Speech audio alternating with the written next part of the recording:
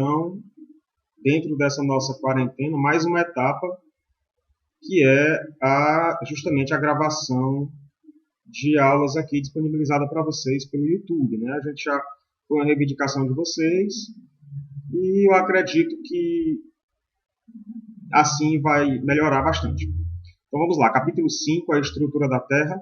Abram o livro de vocês aí na página 104. Eu já quero adiantar que esse capítulo ele envolve vários assuntos. Então nós vamos começar aqui do básico, né? Vamos analisar aqui a diferença entre tempo geológico e tempo humano, né? Para que nós possamos entender, então, a dimensão, a proporção que os acontecimentos a nível mundial têm, né? Nós, na nossa pequenez, nós não temos como analisar. Então, vamos lá. Tempo geológico. Essa questão do tempo humano versus o tempo geológico é uma questão importante, né?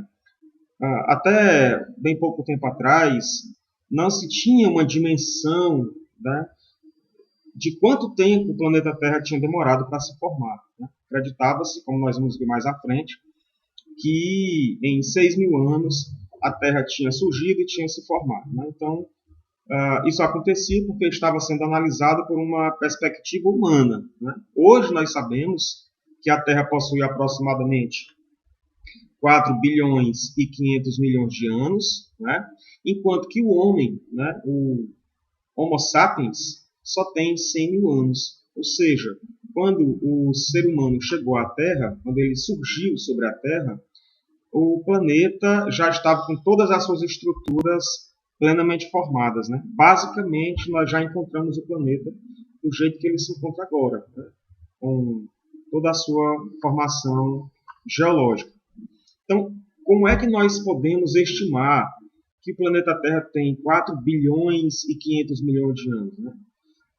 Isso é baseado em estudos científicos diversos. Nem sempre foi assim. Nós sabemos que hoje nós temos vários ramos da ciência que se complementam no estudo do nosso planeta, mas há um tempo até relativamente recente, isso não existia. O que prevalecia era apenas a questão da interpretação bíblica que era dada pela igreja, certo? Então, dentro da nossa perspectiva humana de 70, 80, 90 anos, que é o que nós temos de vida, nós não conseguimos vislumbrar 4 bilhões e 500 milhões de anos. Isso é quase impossível, não é? Então, hoje nós temos essa noção devido a avanços científicos. Nós temos aí a geocronologia, que é o ramo da ciência que vai se dedicar especificamente a estimar a idade das rochas. E existem dois métodos principais de datação dessas rochas. Nós temos a datação relativa, que ela é baseada no estudo das camadas estratigráficas. É a chamada estratigrafia. Então, esse método de datação relativa, ele vai analisar as pequenas camadas que todas as rochas têm. E também vai analisar a ocorrência de fósseis, né? E o que são fósseis? Fósseis são restos orgânicos, podem ser animais, podem ser plantas, podem ser insetos, né? Podem ser, enfim, que você imaginar aí que teve vida e que ficou encrustado em uma rocha, pode ser considerado um fóssil. Aqui no estado do Ceará, nós temos a região do Cariri, que é bastante rica em fósseis. Inclusive, nós temos aí aquela pedra Cariri, que muitos de vocês conhecem, que é utilizada na construção civil, né? Utilizada para calçadas, ou então para fachada de muros, ou para decks de piscinas. Essa pedra Cariri, ela é bastante rica em fósseis, né? Aquela região tem muitos e muitos fósseis, inclusive lá tem avançados estudos arqueológicos e paleontológicos. Então, esse método de datação das rochas, que analisa os fósseis e que analisa também as camadas estratigráficas, é chamado de datação relativa. E nós temos um outro método muito conhecido e bastante famoso, que é o método da datação absoluta. Esse método da datação absoluta, ele vai utilizar a radioatividade, né? Então, nós temos aí alguns minérios altamente radioativos que são utilizados, como, por exemplo, o urânio, o chumbo, o potássio, e nós temos um método de datação, que é o método carbono 14, que talvez seja, de todos esses métodos que nós temos aí, o mais conhecido. O método carbono 14, ele é utilizado para períodos relativamente recentes, períodos de até 70 mil anos, né? E sempre ele precisa ser utilizado em matérias orgânicas. Então, por exemplo, uma rocha, ela pode ser usado o método de datação do carbono 14? Pode. Ah, mas não foi dito que era só para material orgânico? Sim, mas acontece, por exemplo, nos sítios arqueológicos nós temos as pinturas rupestres, né? Existem dois tipos de vestígios rupestres. Nós temos as pinturas rupestres, que, como o próprio nome já diz, foram feitos com tintas, né? Gordura animal, sementes. Então aí você já tem material orgânico. Então aquela pintura rupestre, ela pode ser obtida a sua datação pelo carbono 14, porque aquele pigmento ele leva a matéria orgânica, né? A gordura animal, ou também os pigmentos de vegetais, sementes que foram usados para dar aquela tonalidade. Então é um exemplo de como você pode utilizar um método de datação do carbono 14, né? Mas existem vários métodos de datação. Esse do carbono 14, que eu estou dizendo que é o mais conhecido, ele é realmente utilizado em vestígios arqueológicos, certo? E só para fechar aqui o parênteses, eu disse que haviam dois tipos de vestígios pré-históricos, né? Nós temos as pinturas rupestres e nós temos também as gravuras rupestres. A diferença é que, enquanto uma utiliza a pintura propriamente dita, a outra utiliza inscrições em baixo relevo, com auxílio de ferramentas de pedra, onde ele fazia um vinco, uma pedra na outra, até atingir aquele desenho, né, aquela inscrição em baixo relevo. Então, só para constar, esses são os dois principais métodos, né, utilizados pelos nossos antepassados para gravar suas mensagens.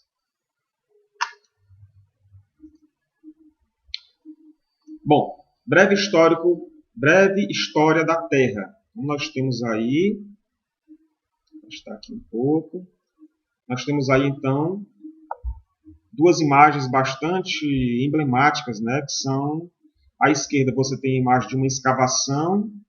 Isso aí é uma equipe de paleontólogos que está escavando, desenterrando esse esqueleto. Você observa que tem um esqueleto aí bastante grande, provavelmente de um dinossauro. E aqui à direita você tem uma outra imagem que já é um esqueleto, já foi escavado. Em ambas as situações nós temos dois fósseis, certo? O paleontólogo, ele é esse cientista que vai buscar vestígios do passado, notadamente em escavações, onde ele vai escavar esqueletos, fósseis, e a partir disso ele vai procurar reconstituir a história dos nossos antepassados. Então nós temos aí, pessoal, no século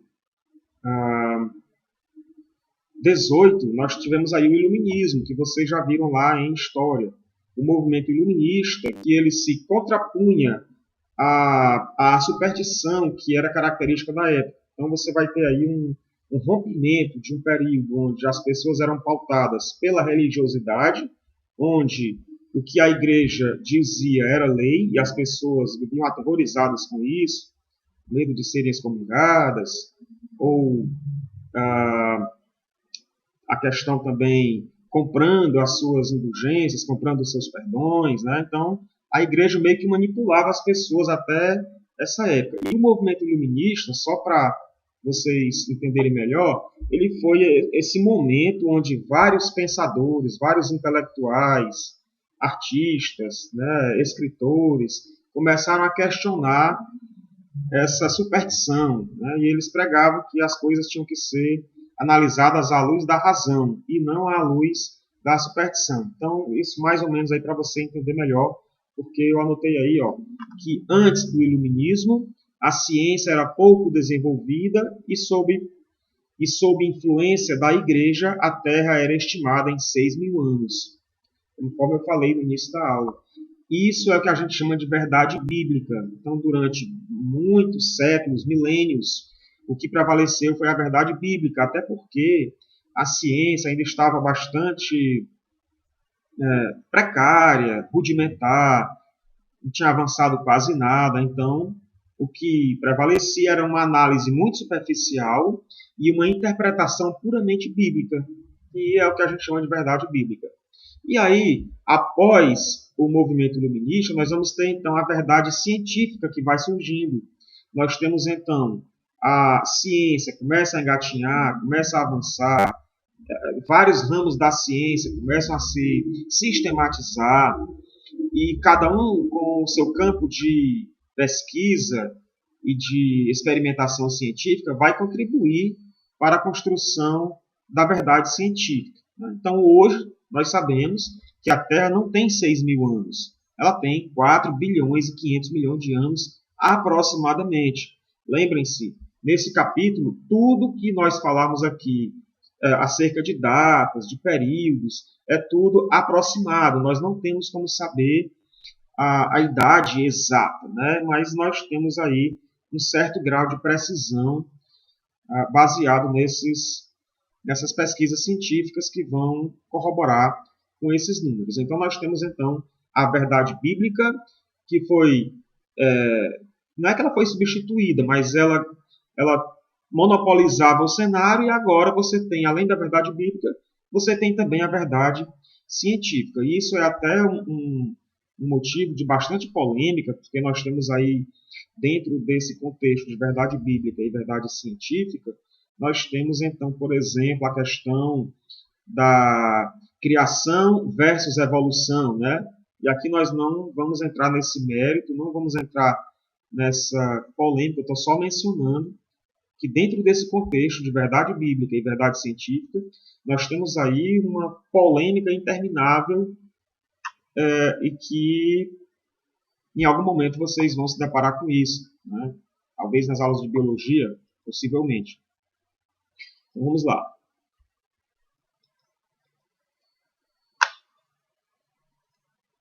Então nós temos aqui uma tabela, né, que está lá no livro de vocês também.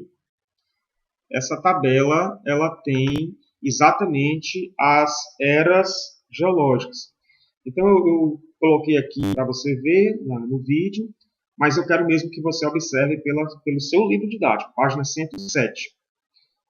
Observem, pessoal, que no livro didático de vocês, nós temos da esquerda para a direita, certo? Nós temos várias colunas. Nós temos a primeira coluna, onde nós temos aí éon.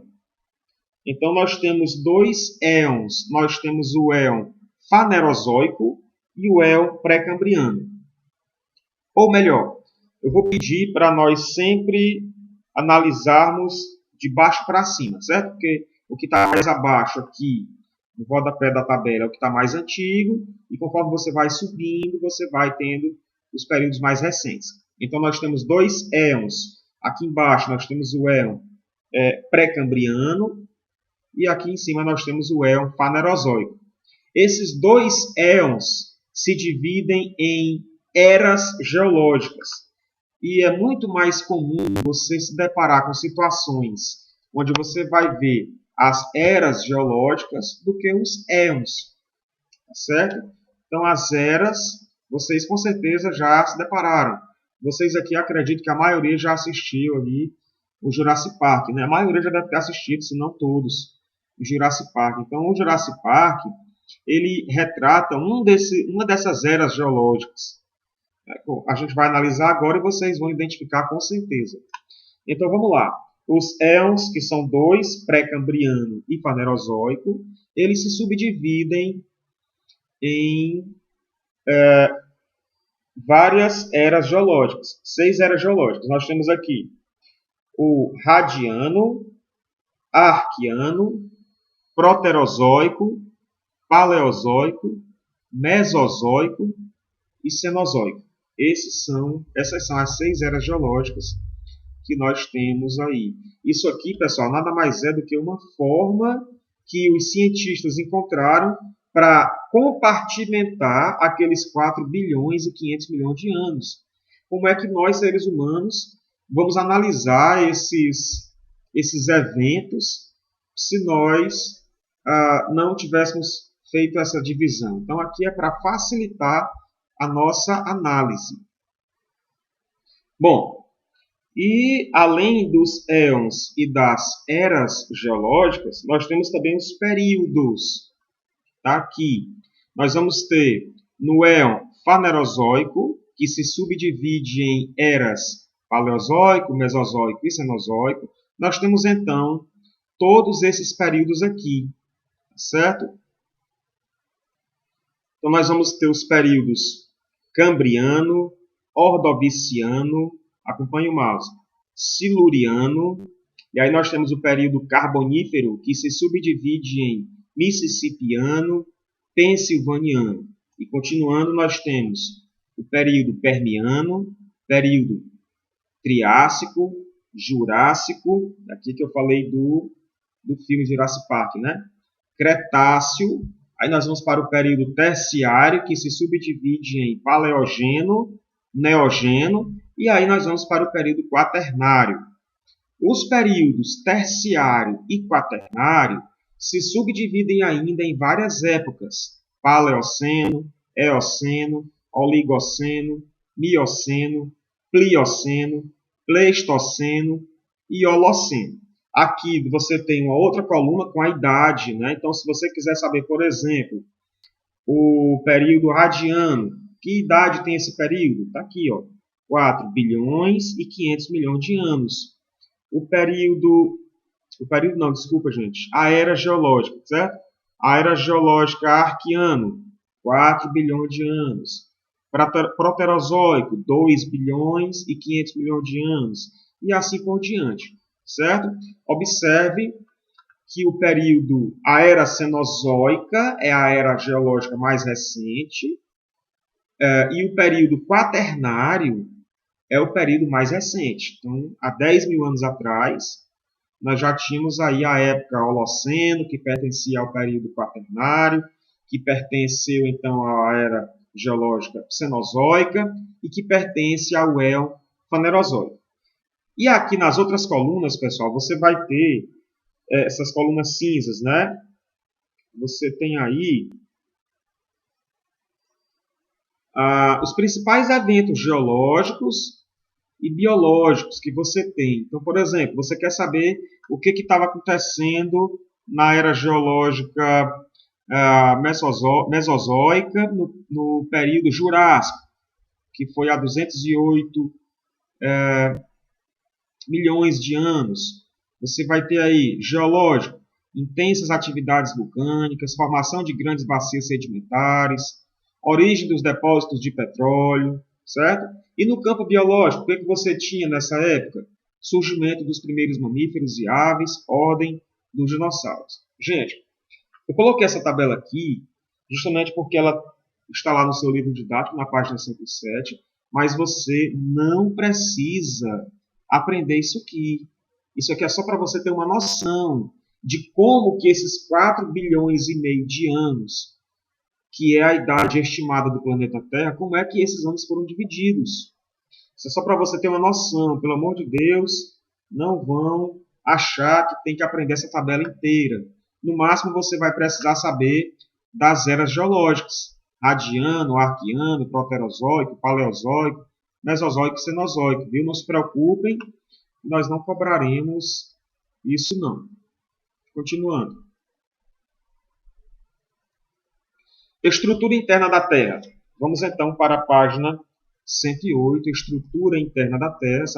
Aqui nós vamos começando a entrar realmente na parte mais interessante do capítulo. Então a Terra é estratificada, né? Ou seja, disposta em camadas. Lembrem-se que lá atrás eu já falei sobre camadas estratigráficas. Em geografia, todas as vezes que você se deparar com a palavra estratificado, você está aludindo a camadas. Uma coisa que é estratificada é uma coisa que tem camadas. Então, a terra tem camadas, as rochas têm camadas. Então, são exemplos de uso da palavra estratificado. E nós vamos ter aí, então, a camada superior, que é formada pela crosta terrestre, que nós detalharemos logo mais.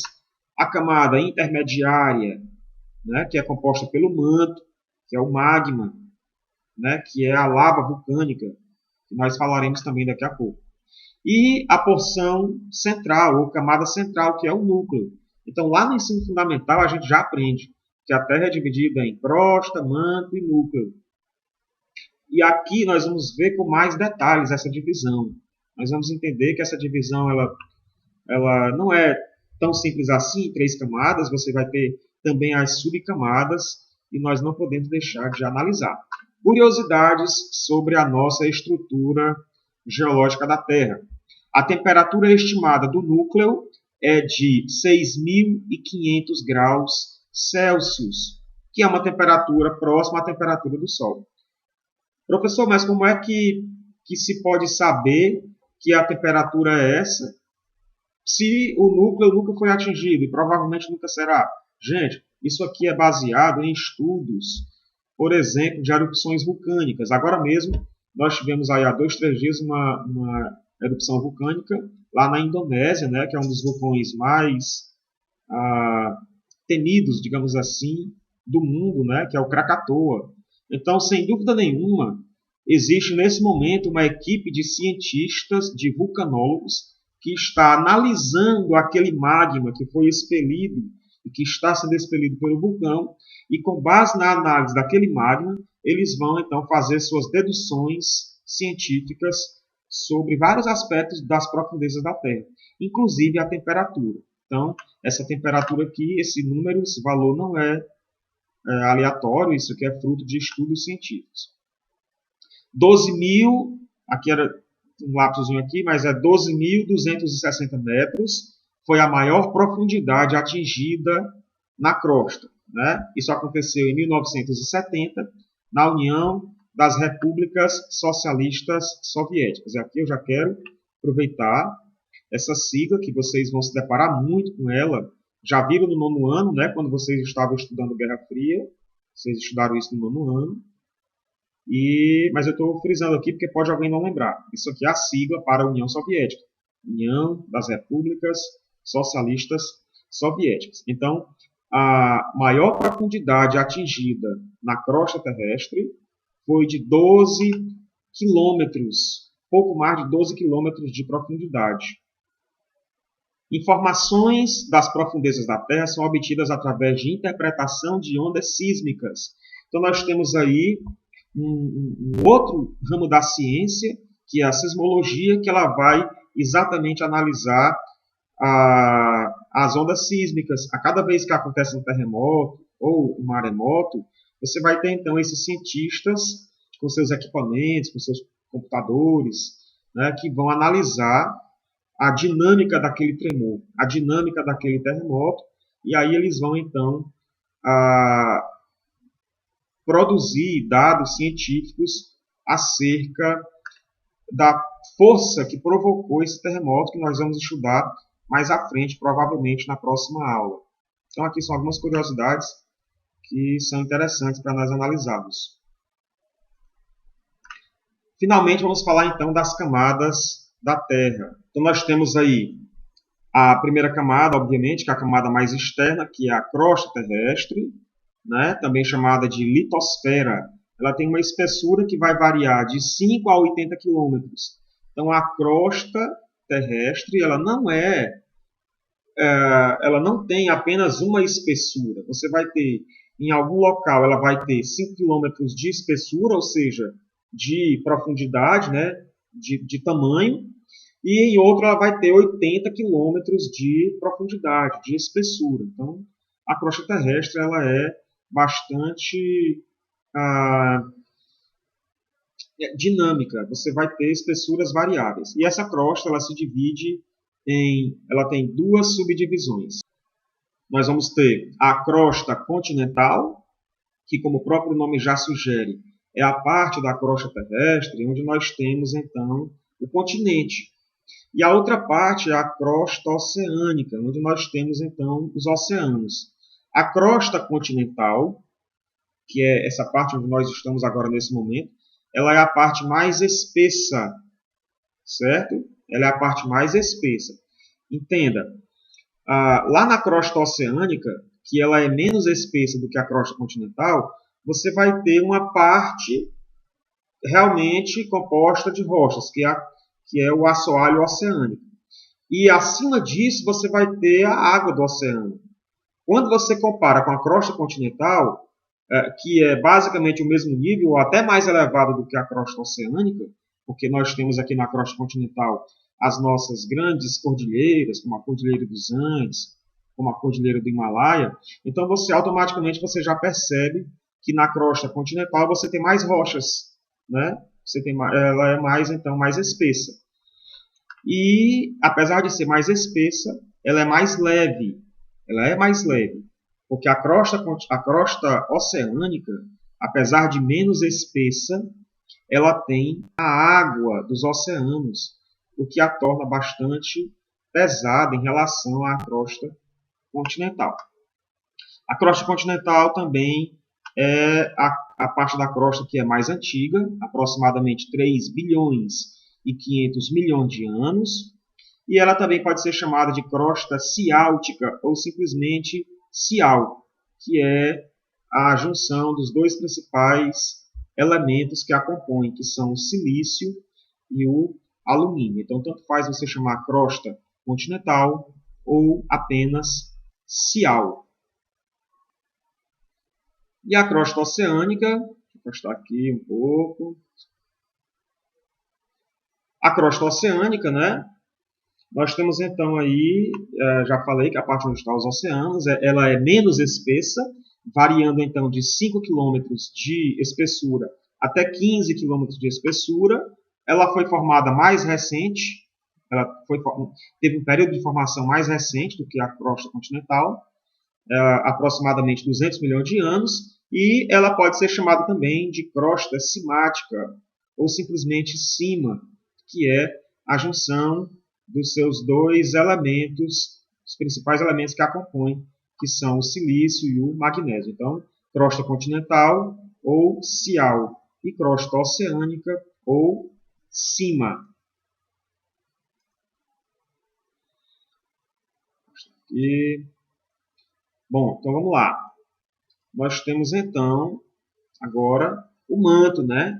Que é a camada que está exatamente abaixo da crosta. Então você tem ali a crosta, que é como se fosse a casca, né?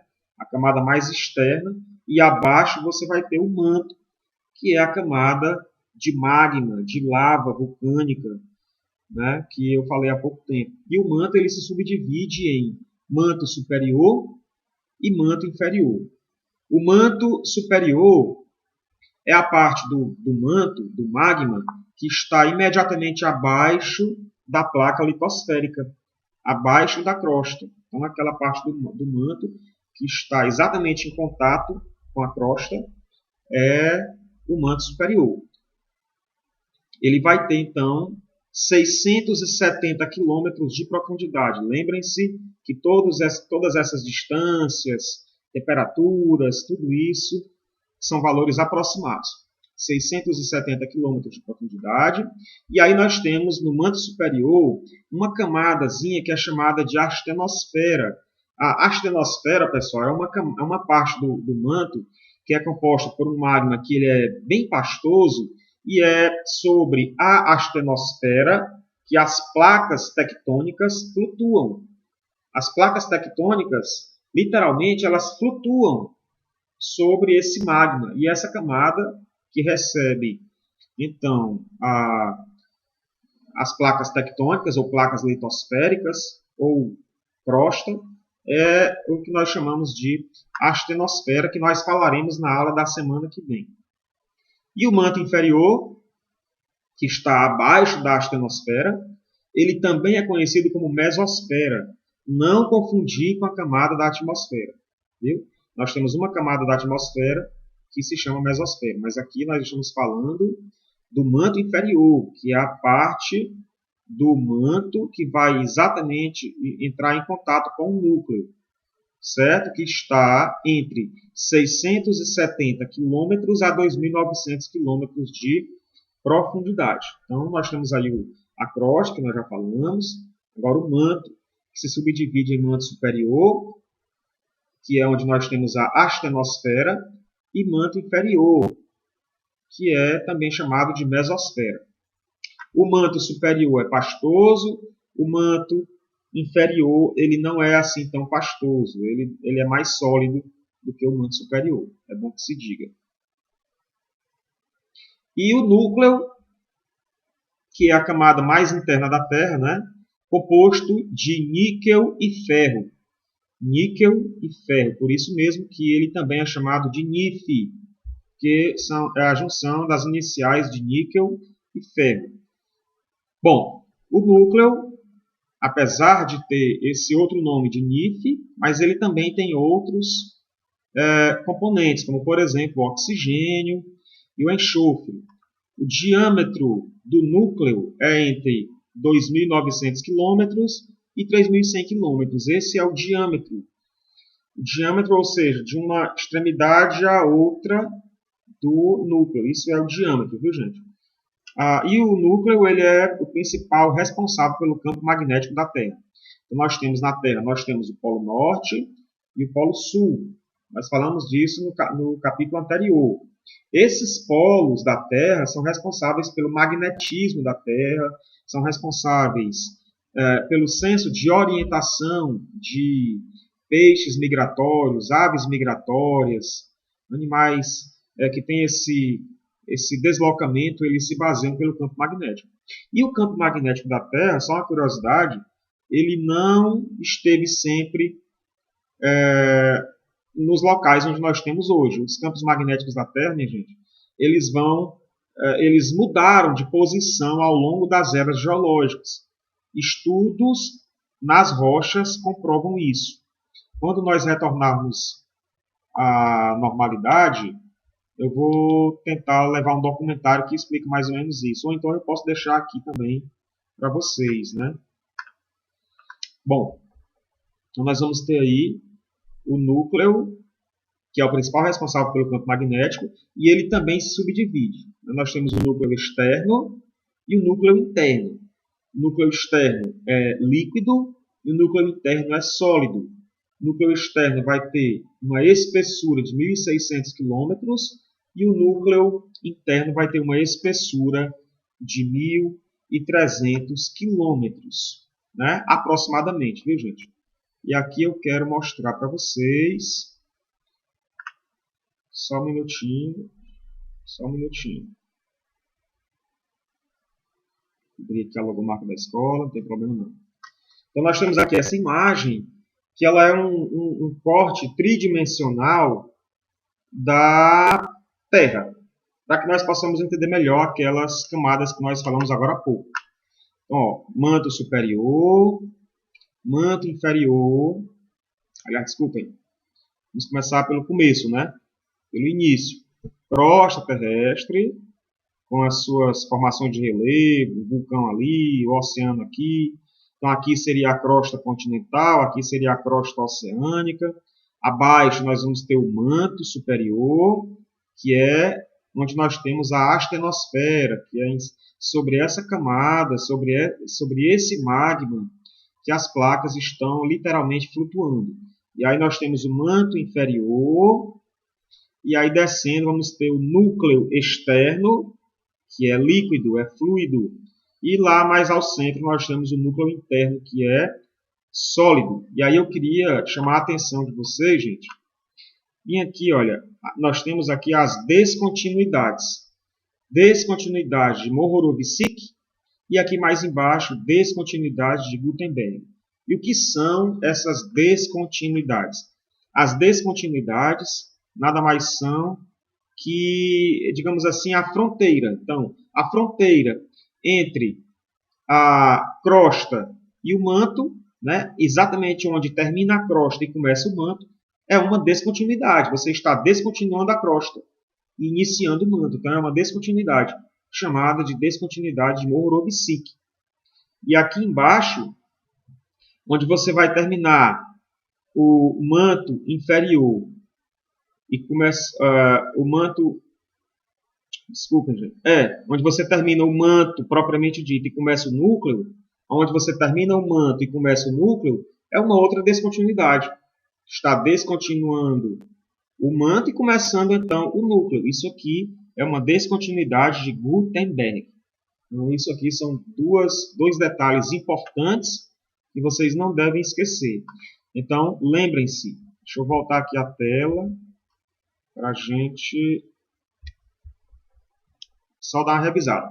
As camadas são a crosta terrestre, que se subdivide em crosta continental ou cial, e a crosta oceânica ou cima. Aí nós vamos ter o manto, que se subdivide em manto superior, que é onde nós temos a astenosfera, e manto inferior, onde nós temos a mesosfera. E o núcleo, que também pode ser chamado de nífe, ele se subdivide em núcleo externo, que é líquido, e núcleo interno, que é sólido. Temos aqui o corte transversal da Terra, para que nós possamos ter uma ideia dessa disposição de camadas. E aí, então, nós encerramos a aula de hoje. Como vocês podem ver, é um tema bem denso, né? Mas não é complicado. Então, finalizo aqui a aula e até a próxima oportunidade. Um abraço.